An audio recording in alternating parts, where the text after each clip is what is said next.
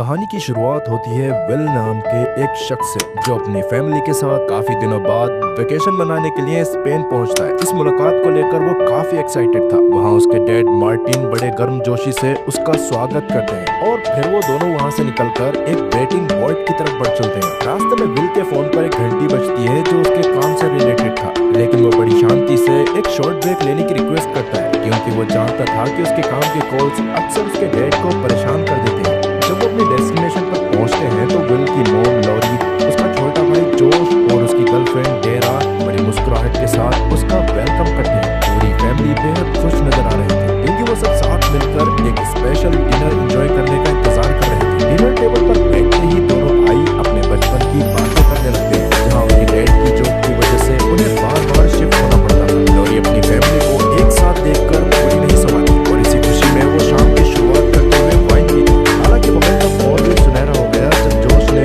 Will के पास का एक फनी किस्सा शेयर किया, जिसे सुनकर सभी के चेहरे पर हंसी आ गई। लेकिन ये खुशी का पल अचानक तब उठ गया क्योंकि विल के पास एक परेशान करने वाला कॉल आया। उसके चेहरे पर गंभीरता छा गई और उसकी परेशानी देखकर वहां मौजूद सभी लोग उदास हो गए। आखिरकार वो अपनी फैमिली के सामने खुलासा करता है कि उसकी कंपनी बैंकक्रप्ट हो चुकी है। ये सुनते ही सब खामोश हो गए और हवा में एक अजीब सी उदासी छा गई। आगे क्या होगा यही सोचते हुए विल वहां से उठकर अकेले समुद्र किनारे चला गया और वापस आने पर विल ने पहले खराब हुए मूड को ठीक करने की कोशिश की। वो अपने डैड मार्टिन के पास गया और इस मुश्किल सिचुएशन की वजह से पैदा हुई परेशानी के लिए उनसे माफी मांगी। उस दौरान बात करते हुए मार्टिन ने भी विल से सॉरी कहा क्योंकि वो समझ पा रहे थे कि उनके बेटे के लिए ये वह कितना कठिन गुजर रहा है। खैर अगले दिन जब विल की फैमिली समुद्र के सफर पर निकली तो विल की नजरें अब भी अपने लगातार बजते हुए फोन पर ही टिकी थी और वो ना चाहते हुए भी बोट का स्टीयरिंग संभालने में मदद करता है, जब तक कि वो आखिरकार बोट को रोक नहीं देती। लेकिन विल का ध्यान फोन से हट नहीं रहा था और इसी वजह से वहाँ कुछ तनाव पैदा हो गया। तब मार्टिन ने उसे अर्जेंटली बोट का कंट्रोल लेने को कहा। ठीक उसी वक्त एक तेज रफ्तार मोटर बोट उनकी बोट के बेहद करीब आ गई। विल को आने वाले खतरे का जरा भी अंदाजा नहीं था और बोट पर ध्यान न होने की वजह से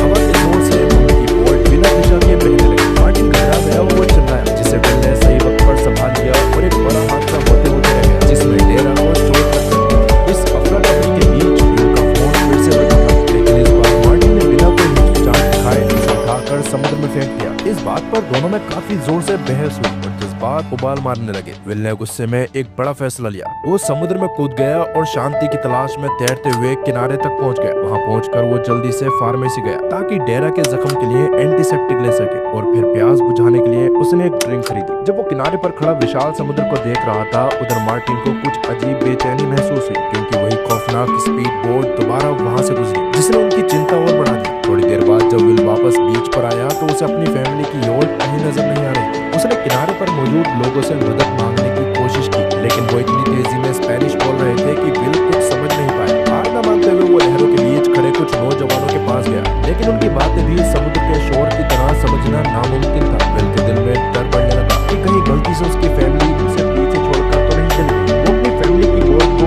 और अच्छे तरह से देखने के लिए कोस्ट के किनारे पर चला गया और वहाँ हल्की चांदनी में उसे वो योट अकेले पानी में बहती हुई दिखाई। जब वो बोट पर चढ़ा तो उसे एहसास हुआ कि कुछ न कुछ तो गड़बड़ है। बोट में पावर नहीं थी और उसकी फैमिली भी उसे गायब। मायूस होकर विल मदद के लिए लोकल पुलिस स्टेशन पहुंच गया, लेकिन अंदर पुलिस ऑफिसर्स कार्ड खेलने में व्यस्त थे और उन्होंने विल पर कोई खास ध्यान नहीं दिया। इस बात ने उसे और भी ज्यादा गुस्से से भर दिया। आखिरकार वो स्टेशन के कैप्टन को अपनी परेशानी बताने में कामयाब रहा। विल का नाम सुनते ही कैप्टन ने तुरंत एक फोन लगाया और अब वो भी काफी चिंतित नजर आ रहा था। उसने विल से कहा कि वो उन्हें ले जाकर दिखाए कि उनकी बोट कहाँ पर है। रात के अंधेरे में पुलिस ऑफिसर्स और विल उस बोट की आखिरी लोकेशन ढूंढने निकल पड़े, लेकिन उनका रास्ता उन्हें एक अजनबी के पास ले गया जिसने दावा किया कि वो विल को जानता है और उसकी फैमिली ढूंढने में मदद करेगा। विल को शक हुआ और उसने भागने की कोशिश की। तब ऑफिसर्स ने उसे रोका और इस बीच हाथापाई शुरू हो गई। इसी तरह विल वहाँ से छुटकर भागने में कामयाब तो हो गया। उसने एक पुलिस कार ली और रात के अंधेरे में तेजी से निकल गया, जबकि ऑफिसर्स उसका पीछा कर रहे थे। पुलिस और विल के बीच की ये भागदौड़ी तब तक चलती रही जब तक पुलिस ऑफिसर्स ने विल को घेर नहीं लिया, जिस वजह से उसकी चोरी हुई कार क्रैश हो गई। उन्होंने उसे बुरी तरह मारना शुरू कर दिया। जब ऐसा लगने लगा कि अब कोई उम्मीद नहीं बची है तभी अचानक विल के डैड मार्टिन वहां आ गए और बड़ी फुर्ती से उन हमलावरों को धूल चटा दी और अपने बेटे की जान बचा ली। मार्टिन के सहारे विल खड़ा हुआ, वो काफी घबराया हुआ था लेकिन जिंदा बचने के लिए शुक्रगुजार भी था। उसने मार्टिन से पूछा कि जोश और मोम कहाँ है, लेकिन मार्टिन के पास इसका कोई जवाब नहीं था। मार्टिन ने एक बड़े राज का खुलासा किया कि वो असल में एक CIA एजेंट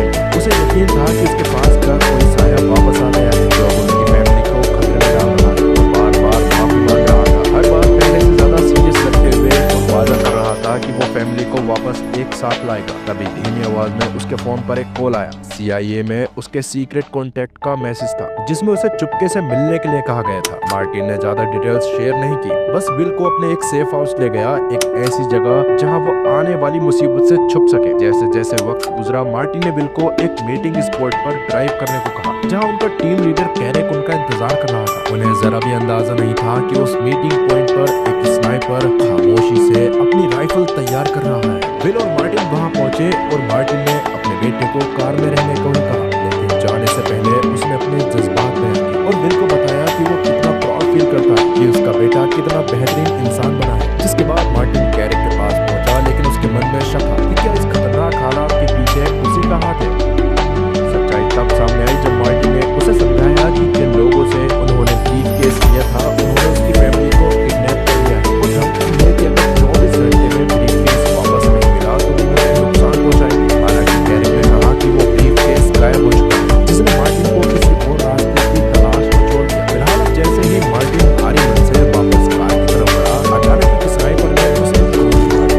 वो वहीं ढेर हो गया जब देखकर विल सदमे और गम से टूट गया और रेंगते हुए अपने गिरे हुए पिता के पास पहुंचा। उसकी आंखों से आंसू बह रहे थे। उस बेरहम स्नाइपर गॉर्मन ने एक और मौका देखा और अपनी बंदूक विल पर साध ली, लेकिन विल ने सही वक्त पर मार्टिन की गन और बचता हुआ सेल फोन उठा लिया। बड़ी मुश्किल से गॉर्मन और उसके आदमियों के करीब आने से पहले वो वहां से भागने में कामयाब रहा। अपनी जान बचाकर भागते हुए विल एक पुलिस ऑफिसर से टकरा गया। ऑफिसर ने विल के हाथ में हथियार देखते ही अपनी बंदूक उस पर तान दी और अरेस्ट करने के लिए तैयार हो गया। लेकिन इससे पहले कि हालात और बिगड़ते, गॉर्मन ने फुर्ती दिखाई और पुलिस वालों को ही गोली मार। जवाब में विल ने भी गॉर्मन पर फायर किया, पर तभी और पुलिस ऑफिसर्स वहां पहुंच गए। विल फिर से भागा, जान लगाकर दौड़ते हुए वो एक ऊंची रेलिंग्स तक पहुंचा। अपनी बची कुछ ताकत इकट्ठा करके वो उस पर से कूद गया और पास के एक पार्क में बना ली। जब वो गलियों से गुजर रहा था, एक घुड़सवार पुलिस ऑफिसर ने उसे देख लिया और उसका पीछा करना शुरू कर दिया। हैरानी की बात ये रही कि विल उस बड़े घोड़े से भी तेज दौड़ने में कामयाब रहा और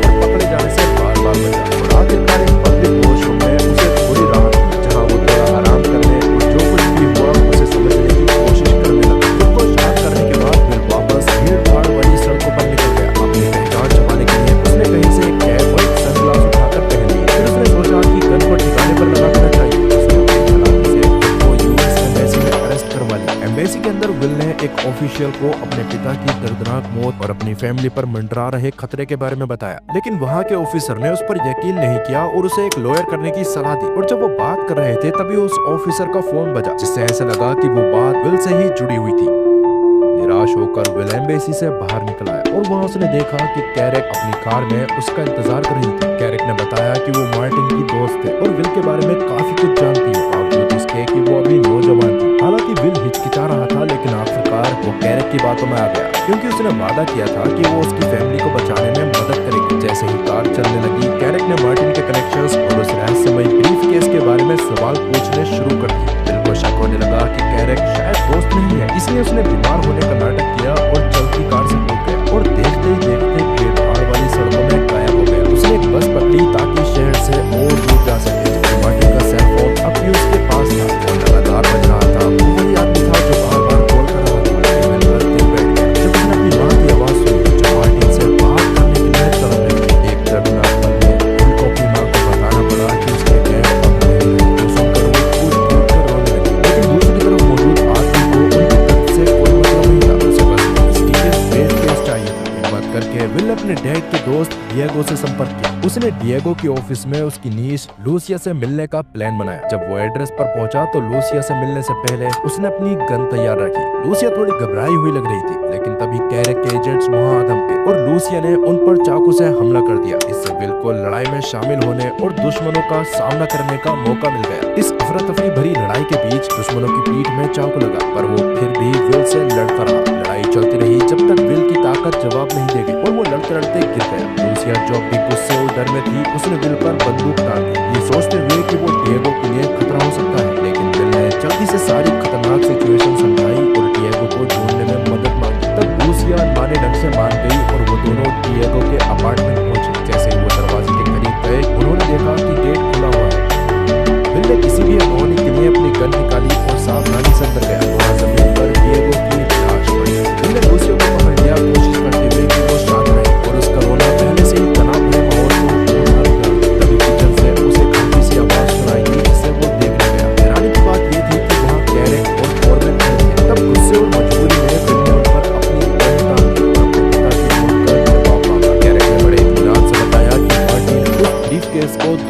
वापस करने का सोच रहा था, इसलिए उसे रास्ते से हटाना जरूरी हो गया था। कैरेक ने विल को ऑफर दिया कि वो उसकी फैमिली ढूंढने में मदद करेगी, लेकिन एक शर्त पर। वो ब्रीफकेस से जुड़े मार्टिन के बाकी कनेक्शंस के बारे में जानना चाहती थी। लेकिन इस बीच अचानक से लूसिया रूम में दाखिल हुई और उसने अंधाधुंध गोलियां चलानी शुरू कर दी, जिससे वहाँ एक भयानक गन फाइट शुरू हो गई। विल और लूसिया गोलीबारी से बचने के लिए भागे और कैरेक और गवर्नमेंट उनके ठीक पीछे थे। भागते भागते वो छत पर पहुंचे, जहाँ उन्हें एहसास हुआ कि नीचे उतरने का कोई रास्ता नहीं है। तब एक भागराना कदम उठाते हुए विल ने एक प्लान बनाया। उसने लूसिया को रस्सी से बांधा और उसे नीचे उतारने लगा, लेकिन तभी गवर्नमेंट ने विल के कंधे पर गोली मार दी। लेकिन उस दौरान लूसिया को एक अजनबी ने सेफ जगह पर पहुंचा दिया, जबकि विल दर्द में कराहते हुए रस्सी पकड़े रहा। गोलियों से बार बार बचते हुए आखिरकार वो जमीन पर आ गिरा। इधर लूसिया अपनी बाइक पर सवार हुई और वो दोनों फिर से फरार हो गए। विल की हालत बिगड़ती जा रही थी, लेकिन रुकना नामुमकिन था। कैरेक ने भी उनका पीछा करना शुरू कर दिया था। इस दौरान उसने लूसिया की बाइक को टक्कर मारी और अब जैसे ही वो विल को गोली मारने वाली थी, किस्मत से वहाँ मौजूद लोगों की भीड़ ने विल को बचा लिया, जिससे लूसिया को बचने का एक और मौका मिल गया। लूसिया विल को लेकर एक नाइट क्लब पहुंची, जहाँ उसने अपने एक दोस्त से, जिसके पास मेडिकल स्किल्स थे, मदद मांगी। पहले तो उसका दोस्त हिचकिचाया, लेकिन लूसिया की मिन्नतें सुनकर वो मान गया। दूसरों को भी मदद के लिए बुलाया। उन्होंने विल का जख्म चेक किया, पर अंदर कोई गोली नहीं मिली। तब ब्लीडिंग रोकने के लिए उन्हें एक बड़ा कदम उठाना पड़ा, जिसके दर्द से विल बेहोश हो गया। कई दर्दनाक घंटों के बाद विल होश में आया, लेकिन अब भी वो काफी दर्द में था। लूसिया उसका फोन चेक कर रही थी, तभी उसे मार्टिन की फोटो दिखी। वो चौंक गई जब विल ने कंफर्म किया कि मार्टिन अब नहीं रहे। तब लूसिया ने खुलासा किया कि वो भी मार्टिन को जानती थी, लेकिन वो उसे टॉम नाम से जानती थी, क्योंकि मार्टिन सिर्फ उसका पिता ही नहीं बल्कि विल का हाफ ब्रदर भी था। जिसके बाद दोनों ट्रेन पकड़कर उस जगह के लिए रवाना हुए जहां ब्रीफकेस का एक्सचेंज होना था। विल अपनी सच को जानने की कोशिश कर रहा था कि मार्टिन की एक सीक्रेट लाइफ थी। तब उसने अकेले जाने का फैसला किया और लूसिया को इस सब के बारे में समझाया, जिस पर लूसिया भी उसकी बात समझ गई। उसने कहा कि वो एक नाइट क्लब में उसका इंतजार करे और जरूरत पड़ने पर मदद के लिए तैयार रहेगी। उन्होंने एक दूसरे को अलविदा कहा और विल अपनी मंजिल की तरफ निकल पड़ा। जब विल लोकेशन पर पहुंचा तो उसने चारों तरफ ध्यान से देखा ताकि अपने कॉन्टैक्ट को ढूंढ सके। अचानक एक रहस्यमय आदमी उसके बगल में आ गया और उसे नॉर्मल एक्ट करने और पीछे आने को कहा। विल सावधान था, पर उसने वैसा ही किया। वो उस आदमी के पीछे चलते हुए एक कार तक गया और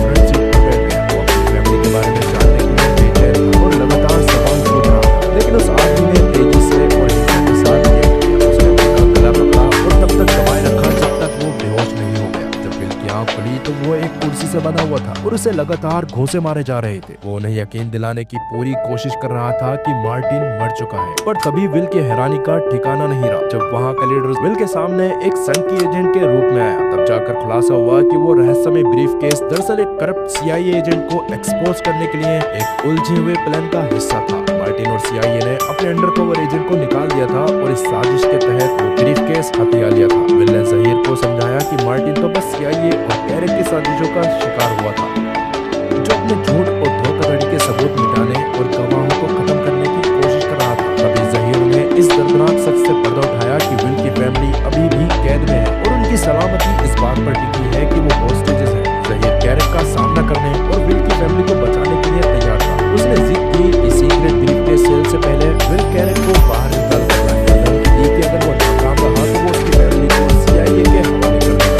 एक बार फिर विल पर काबू पाया, उसका गला घोटा गया और उसे शहर के बाहर एक घर के साथ कार से फेंक दिया गया। जिसके बाद वो वापस लूसिया के खिलाफ पहुंचा, जहाँ दोनों एक दूसरे को देखकर काफी खुश हुए। उन्होंने हाथ मिलाया और कैरेक को खुले में लाने के लिए एक स्ट्रेटेजी बनाने लगे। तो वो चुपचाप अपना प्लान डिस्कस कर रहे थे, तभी क्लब ओनर जो डिएगो का वफादार था उसने उनकी बातें सुन ली और मदद का हाथ बढ़ाया। तब लूसिया ने एक चालाकी भरा दिमाग लगाया। उसने ड्रिंक्स पे करने के लिए अपना कार्ड यूज किया ताकि एक डिजिटल ट्रेस छोड़ सके, इस उम्मीद में कि कैरेक उनके जाल में फंस जाएगी। कुछ ही मिनट्स में गवर्नमेंट क्लब में आदम का, लेकिन समझदार स्टोर ओनर और उसके दोस्तों ने उसे तुरंत पहचान लिया और वहाँ एक भयानक लड़ाई शुरू हो गई। गवर्नमेंट एक स्किल्ड फाइटर था, लेकिन आखिरकार टेसर का इस्तेमाल करके उन्होंने उसे काबू में कर ही लिया। वो गवर्नमेंट को क्लब के बेसमेंट में ले गए और काफी सख्ती से पूछताछ करना शुरू कर दी। विल जानना चाहता था कि ब्रीफकेस कहाँ है और वो सीक्रेट एक्सचेंज कब होने वाले हैं, लेकिन गवर्नमेंट खामोश रहा। इससे में विल ने गवर्नमेंट पर बुरी तरह हमला किया और अपने आदमियों को उसे और टॉर्चर करने का हुक्म दिया। दरअसल विल का प्लान यही था कि गवर्नमेंट को ऐसा लगना चाहिए कि वो खुद भागा है ताकि वो उन्हें कैरेक तक ले जाए।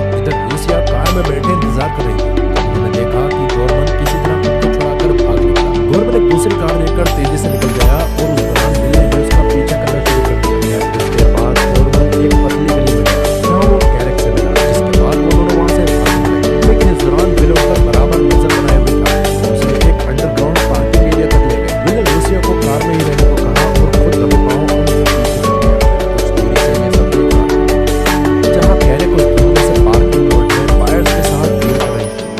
अचानक वहाँ हंगामा मच गया जब जहीर और उसका ग्रुप वहाँ पहुंचा और उन्होंने विल को पीछे हटने और सरेंडर करने को कहा। तब विल गुस्से में चिल्लाया और मांग की कि उसे बताया जाए कि उसकी फैमिली कहाँ कैद है। लेकिन इस सब का शोर कैरेक तक पहुंचा और उसने बिना वक्त गवाए बायर्स को गोली मार दी। देखते ही देखते वहाँ कयामत टूट पड़ी। एजेंट्स ने अंधाधुंध गोलीबारी शुरू कर दी। इस अफरा तफरी का फायदा उठाते हुए गवर्नमेंट ने वो रहस्यमय ब्रीफकेस अपने कब्जे में कर लिया और एक कार की मदद से वहाँ से भागने लगा। लेकिन इस बीच विल भी हार मानने वाला नहीं था। वो उसके पीछे पैदल ही भागा और उसे पकड़ लिया। दोनों के बीच चलती कार में उस कीमती चीज के लिए भयानक हाथापाई हुई। लेकिन इस झगड़े के बीच एक मोसाद एजेंट ने दखल दिया और गवर्नमेंट को गोली मार दी।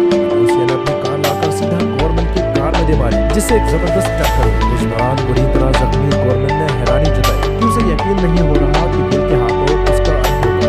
कैरेक अपनी कार में वहां पहुंची और जमीन पर पड़े उस ब्रीफकेस की तरफ बढ़ी। उसने विल पर गोली चलाई, जिस वजह से उसे कवर करने पर मजबूर हुआ। फिर वो ब्रीफकेस उठाकर वहां से निकल गई, जबकि गवर्नमेंट वहां मरा पड़ा था। पर जाते जाते ही कैरेक ने विल को नादान कहकर जलील किया और कार भगा ली। लेकिन इसके बावजूद विल और लूसिया ने बिना रुके उसका पीछा शुरू कर दिया। एक हाई स्पीड चेज शुरू हुई। कैरेक ने पार्क के रास्ते भागने की कोशिश की, लेकिन विल उसे पकड़ने की जिद पर रहा। जब वो करीब आया तो कैरेक ने गोली चलानी शुरू कर दी, जिससे विल को पल भर के लिए पीछे हटना पड़ा। कैरेक को लगा कि उसने उन्हें पीछे छोड़ दिया है, लेकिन किस्मत ने उसका साथ नहीं दिया और वो ट्रैफिक में फंस गई। उसे अंदाजा नहीं था कि विल ने उसे देख लिया है। तब विल ने अपनी कार सीधा उसकी तरफ दौड़ाई और एक जोरदार टक्कर मार दी, जिससे कैरेक की कार पास के एक स्टोर में जा घुसी। वहाँ भीड़ इकट्ठा हो गई, लेकिन कैरेक कार से निकली और न सिर्फ विल पर बल्कि बेगुनाह लोगों पर भी गोलियां चलाने लगी। बड़ी मुश्किल से विल और लूसिया ने एक दूसरी कार पर कब्जा किया और वहाँ से निकल गए, जबकि कैरेक अब भी उनका पीछा कर रही थी। उनकी कार्स के बीच सड़क पर जंग छिड़ गई और आखिरकार किसी फिल्म के सीन की तरह उनकी कार पलट गई, जिसके बाद कैरेक वो कीमती ब्रीफकेस हाथ में लिए कार से बाहर निकली और विल और लूसिया की तरफ बढ़ी, जो हिलने के हालात में नहीं थे। तनाव भरे पल में विल ने अपनी गन उठाने की कोशिश की, लेकिन कैरेक ने उसका मजाक उड़ा दिया। वो उसे गोली मारने ही वाली थी कि अचानक गोली चलने की आवाज सुनाई दी। इस हंगामे के बीच जहीर और उसके साथी एजेंट्स वहां पहुंचे और उन्होंने फुर्ती से विल, लूसिया और उस ब्रीफकेस को अपने कब्जे में लेकर सुरक्षित कर लिया। इसके बाद जहीर विल को उसकी फैमिली से मिलवाने ले गए, जिन्हें विल हमेशा के लिए खोने का डर पाले बैठा था। रास्ते में जहीर ने एक हैरान करने वाली बात कही। उसने माना कि भले ही मार्टिन का पास रहस्य नहीं था, लेकिन आज वो विल की ताकत और हिम्मत देखकर उस पर बहुत नाज करता। खैर कुछ देर बाद आंखों में आंसू और ढेर सारी गले मिलने के साथ उस फैमिली के टूटे हुए रिश्ते किसी चमत्कार की तरह फिर से जुड़ गए। उन्होंने हॉस्पिटल में लूसिया से मुलाकात की, जहां लोरी और जोश ने बड़ी गर्मजोशी से अपनी इस नई दोस्त का स्वागत किया। लेकिन उनका ये सुकून भरा वक्त ज्यादा देर नहीं टिक सका। एक CIA ऑफिशियल विल के पास आया और उसे एक पासपोर्ट थमा दिया, जो उसके लिए वापस अपने महफूज घर जाने का रास्ता था। विल के मन में अभी भी जिज्ञासा थी कि आखिर उस ब्रीफकेस के अंदर था क्या, लेकिन उस ऑफिशियल ने उसे कोई सीधा जवाब नहीं दिया, बल्कि उसने इशारों में ये समझा दिया कि अगर वो सच में जानना चाहता है तो उसे CIA के साथ और गहराइयों से जुड़ना पड़ेगा। लेकिन विल ने उसके इस ऑफर को मना कर दिया और आखिरकार विल ने अपनी जान पर खेलकर अपनी फैमिली को CIA और जहीर के खतरनाक जाल से बचा लिया और हमें सिखाया कि मुसीबत चाहे कितनी भी बड़ी हो,